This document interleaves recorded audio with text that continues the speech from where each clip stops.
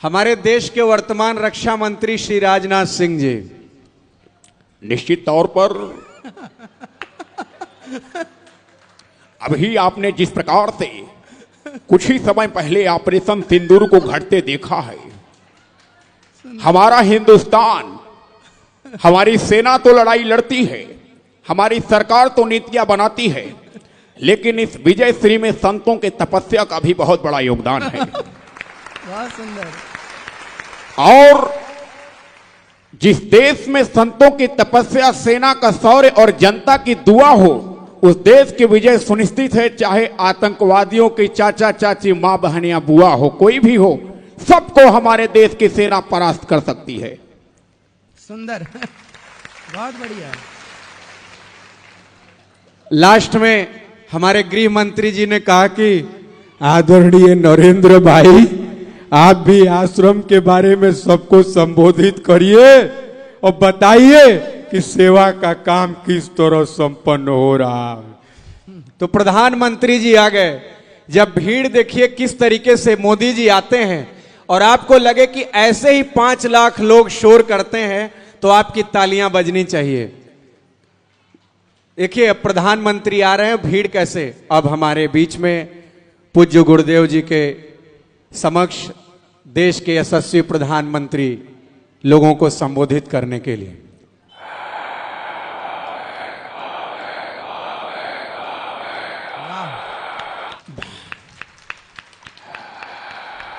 भारत माता की,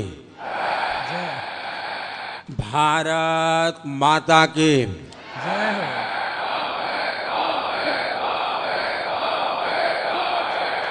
बहुत सुंदर। गौरी गोपाल आश्रम वृंदावन के इस भव्य प्रांगण में उपस्थित पूज्य श्री अनिरुद्धाचार्य जी, देश के कोने कोने से विशाल संख्या में इनके दर्शन के लिए पधारे मेरे प्यारे भाइयों और बहनों,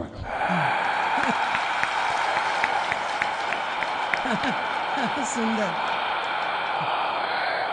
राधे राधे। राधे। मेरे परिवारजनों, आज मैं जब आश्रम को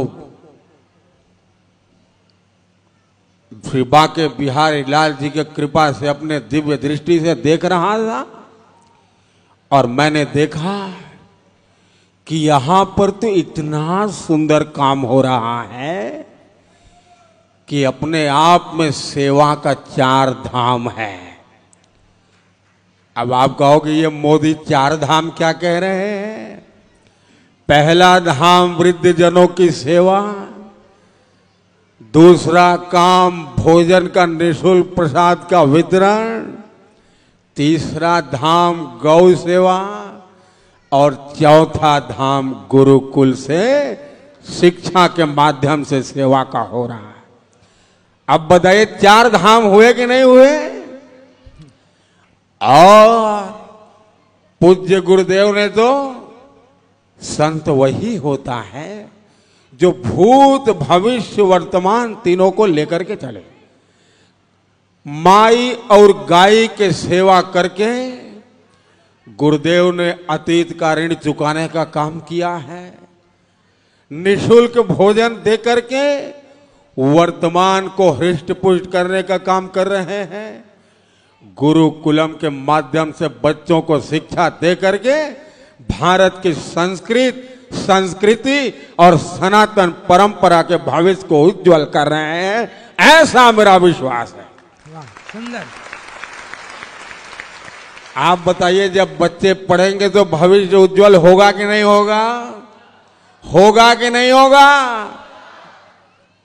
मेरे परिवारजनों, यही एक संत की तपस्या, पूंजी और असली कमाई होती है, जो कि हमारे हिंदुस्तान को 2047 के विकसित भारत के लिए तैयार कर रही है, ऐसा मेरा विश्वास है।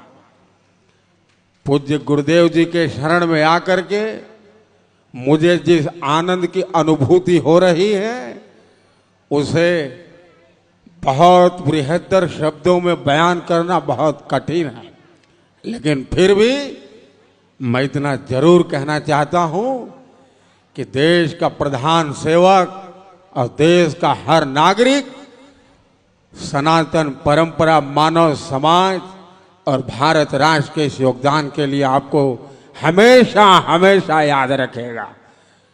बोलिए श्री गौरी गोपाल की, भारत माता की, पूज्य गुरुदेव की, श्री वृंदावन बांके बिहारी लाल की। आप बताइए, हम सब ने अपने तन मन को शुद्ध करने के लिए कथा सुननी चाहिए कि नहीं सुननी चाहिए? हम सब ने इसी तरह गुरुदेव का सहयोग करना चाहिए कि नहीं करना चाहिए?